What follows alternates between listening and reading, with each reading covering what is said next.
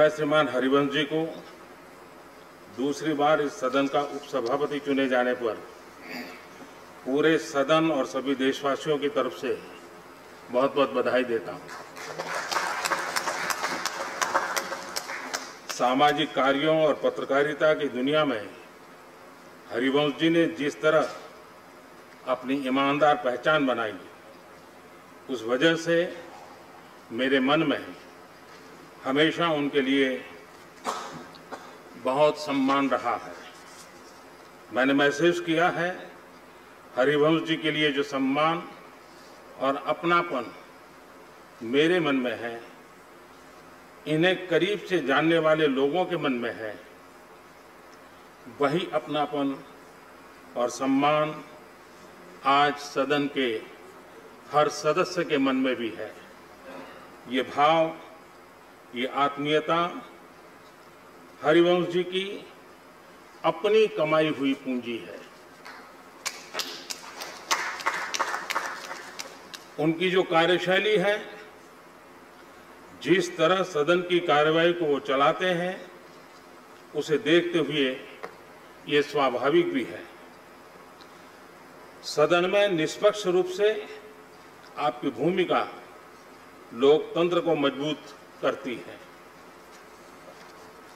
सभापति महोदय, इस बार ये सदन अपने इतिहास में सबसे अलग और विषम परिस्थितियों में संचालित हो रहा है।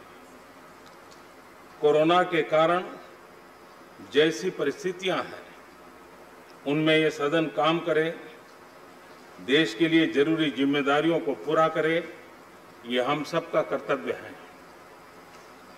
मुझे विश्वास है कि हम सब सारी सतर्कता बरतते हुए, सारे दिशा निर्देशों का पालन करते हुए अपने कर्तव्यों का निर्वहन करेंगे। राज्यसभा के सदस्य, सभापति जी और उपसभापति जी को सदन की कार्यवाही सुचारू रूप से चलाने में जितना सहयोग करेंगे, उतना ही समय का सही उपयोग होगा और सभी सुरक्षित भी रहेंगे। सभापति महोदय, संसद के उच्च सदन की जिस जिम्मेदारी के लिए हरिवंश जी पर हम सबने भरोसा जताया था, हरिवंश जी ने उसे हर स्तर पर पूरा किया है। मैंने पिछली बार अपने संबोधन में कहा था, मुझे भरोसा है कि जैसे हरि सबके होते हैं, वैसे ही सदन के हरि भी पक्ष विपक्ष सबके रहेंगे। सदन के हमारे हरिवंश जी इस पार और उस पार सबके ही समान रूप से रहे, कोई भेदभाव नहीं, कोई पक्ष विपक्ष नहीं। मैंने ये भी कहा था कि सदन के इस मैदान में खिलाड़ियों से ज्यादा अंपायर परेशान रहते हैं। नियमों में खेलने के लिए सांसदों को मजबूर करना बहुत चुनौतीपूर्ण कार्य है।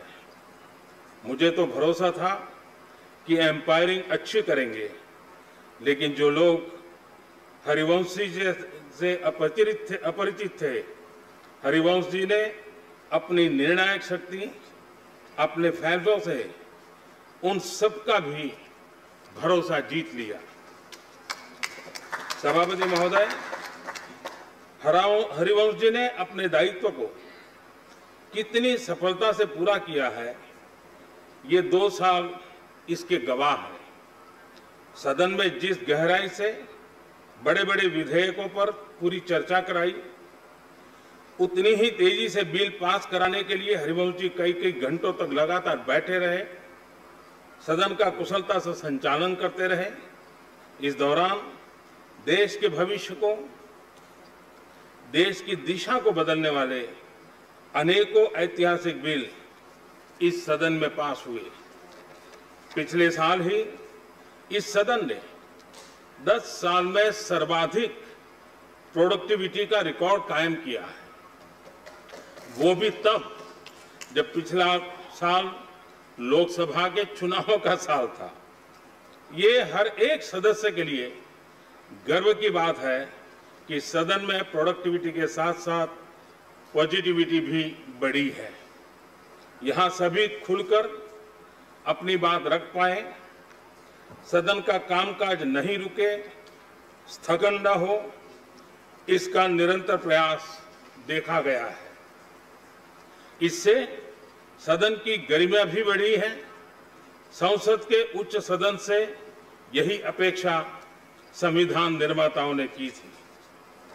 लोकतंत्र की धरती बिहार से, जेपी और कर्पूरी ठाकुर की धरती से, बापू के चंपारण की धरती से जब कोई लोकतंत्र का साधक आगे आकर जिम्मेदारियों को संभालता है तो ऐसा ही होता है जैसा हरिवंश जी ने करके दिखाया है। जब आप हरिवंश जी के करीबियों से चर्चा करते हैं तो पता चलता है कि वो क्यों इतना जमीन से जुड़े हुए हैं। उनके गांव में नीम के पेड़ के नीचे स्कूल लगता था, जहां उनकी शुरुआती पढ़ाई हुई थी। जमीन पर बैठकर जमीन को समझना, जमीन से जुड़ने की शिक्षा उन्हें वहीं से मिली हुई थी। हम सभी ये भली भांति जानते हैं कि हरिवंश जी जयप्रकाश जी के ही गांव सीता बदियारा से आते हैं। यही गांव जयप्रकाश जी की भी जन्मभूमि है। दो राज्यों उत्तर प्रदेश, बिहार के 3 जिलों आरा, बलिया व छपरा में बंटा हुआ क्षेत्र, 2 नदियां गंगा और घाघरा के बीच स्थित दियारा टापू जैसा, हर साल जमीन बाढ़ से गिर जाती थी, बमुश्किल एक फसल हो पाती थी। तब कहीं जाने अनजाने के लिए और सामान्य रूप से जाने आने के लिए नदी नाव पार करके ही जा सकता था। संतोष ही सुख है, यह व्यवहारिक ज्ञान हरिवंश जी को अपने गांव की घर की परिस्थिति से मिला। वो किस पृष्ठभूमि से निकले हैं, इसी से जुड़ा एक किस्सा मुझे किसी ने बताया था। हाई स्कूल में आने के बाद हरिवंश जी की पहली बार जूता बनाने की बात हुई थी। उसके पहले उनके पास न जूते थे और न ही खरीदे थे। ऐसे में गांव के ही एक व्यक्ति को जूता बनाते थे, उनको हरिवंश जी के लिए जूता बनाने के लिए कहा गया। हरिवंश जी अक्सर उस बनते हुए जूते को देखने जाते थे कि कितना बना। जैसे बड़े रईस लोग अपना बंगलो बनता है तो बार बार देखने के लिए जाते थे, हरिवंश जी अपना जूता कैसा बन रहा है, कहाँ तक पहुंचा है, वो देखने के लिए पहुंच जाते थे। जूता बनाने वाले से हर रोज सवाल करते थे कि कब तक बन जाएगा। आप अंदाजा लगा सकते हैं कि हरिवंश जी जमीन से इतना क्यों जुड़े हुए हैं। जेपी का प्रभाव उनके पर बहुत ही था। उसी दौर में उनका किताबों से भी लगाव बढ़ता गया। उससे भी जुड़ा एक किस्सा मुझे पता चला। हरिवंश जी को जब पहली बार सरकारी स्कॉलरशिप मिली तो घर के कुछ लोग उम्मीद लगाए बैठे थे कि बेटा स्कॉलरशिप का पूरा पैसा लेकर घर आएगा। लेकिन हरिवंश जी ने स्कॉलरशिप के पैसे घर न ले जाने के बजाय किताबें खरीदी। तमाम तरह की संक्षिप्त जीवनियां, साहित्य यही घर लेके गए। हरिवंश जी के जीवन में उस समय किताबों का जो प्रवेश हुआ था वो अब भी उसी तरह बरकरार है। सभापति महोदय, करीब 4 दशक तक सामाजिक सरोकार की पत्रकारिता करने के बाद हरिवंश जी ने 2014 में संसदीय जीवन में प्रवेश किया था। सदन के उपसभापति के तौर पर हरिवंश जी ने जिस तरह मर्यादाओं का ध्यान रखा, संसद सदस्य के तौर भी उनका कार्यकाल उतना ही गरिमापूर्ण रहा है। बतौर सदस्य तमाम विषयों, चाहे वो आर्थिक हो या सामरिक सुरक्षा से जुड़े, हरिवंश जी ने अपनी बात प्रभावी ढंग से रखी थी। हम सब जानते हैं, शालीन लेकिन सारगर्भित ढंग से बात रखना उनकी पहचान है।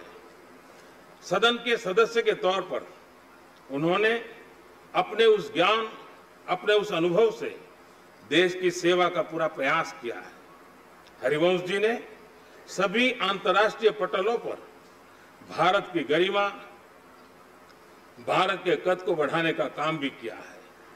चाहे वो इंटर पार्लियामेंट्री यूनियन की तमाम बैठकें हों या फिर दूसरे देशों में भारतीय संसदीय प्रतिनिधिमंडल के रूप में सदस्य के तौर पर भूमिका का निर्वाह हो, हरिवंश जी ने ऐसी हर जगह भारत और भारत के संसद का मान बढ़ाया है। सभापति महोदय, सदन उपसभापति की भूमिका के अलावा हरिवंश जी की राज्यसभा की कई समितियों के अध्यक्ष भी रहे। ऐसी तमाम समितियों के अध्यक्ष के तौर पर हरिवंश जी ने समितियों के कामकाज को बेहतर बनाया है, उनकी भूमिका को प्रभावी ढंग से रेखांकित किया है। मैंने पिछली बार भी बताया था कि हरिवंश जी कभी बतौर पत्रकार हमारा सांसद कैसा हो, ये मुहिम चलाते रहे। सांसद बनने के बाद उन्होंने इस बात के लिए भरपूर प्रयत्न किया कि सभी सांसद अपने आचार व्यवहार से और कर्तव्यनिष्ठ बने। सभापति महोदय, हरिवंश जी संसदीय कामकाज और जिम्मेदारियों के बीच भी एक बुद्धिजीवी और विचारक के तौर पर भी उतना ही सक्रिय रहते हैं। आप अभी भी देश भर में जाते हैं, भारत की आर्थिक, सामाजिक, सामरिक और राजनीतिक चुनौतियों के बारे में जनमानस को जागरूक करते हैं।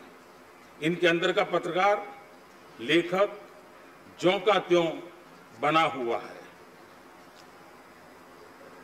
उनकी किताब हमारे पूर्व प्रधानमंत्री श्रीमान चंद्रशेखर जी के जीवन को बारीकी से उभारती है, साथ ही हरिवंश जी की लेखन क्षमता को भी प्रस्तुत करती है। मैं इस सदन का सभी सदस्यों का सौभाग्य है कि उपसभापति के रूप में हमें हरिवंश जी का मार्गदर्शन आगे भी मिलेगा। माननीय सभापति जी, संसद का यह उच्च सदन 250 सत्रों से आगे की यात्रा कर चुका है। ये यात्रा लोकतंत्र के तौर पर हमारी परिपक्वता का प्रमाण है। एक बार फिर से हरिवंश जी, आपको इस महत्वपूर्ण और बड़ी जिम्मेदारी के लिए ढेर सारी शुभकामनाएं। आप स्वस्थ रहें और सदन में भी स्वस्थ माहौल बनाए रखते हुए एक उच्च सदन से जो उम्मीदें हैं उसे पूरा करते रहें। हरिवंश जी को मुकाबला देने वाले मनोज झा जी को भी मेरी तरफ से शुभकामनाएं। लोकतंत्र की गरिमा के लिए चुनाव की ये प्रक्रिया भी उतनी ही महत्वपूर्ण है। हमारा बिहार भारत की लोकतांत्रिक परंपरा की धरती रहा है। वैशाली की उस परंपरा को, बिहार के उस गौरव को, उस आदर्श को हरिवंश जी सदन के माध्यम से